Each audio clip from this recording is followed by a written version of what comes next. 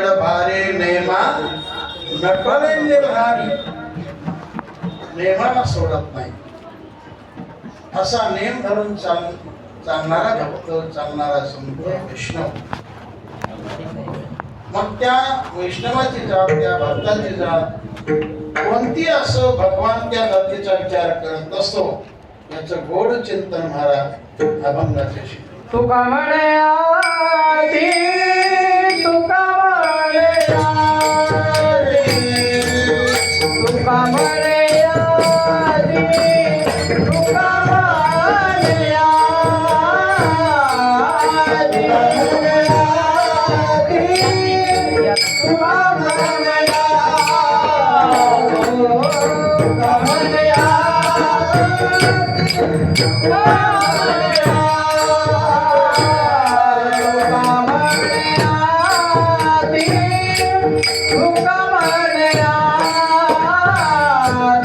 तुका म्हणे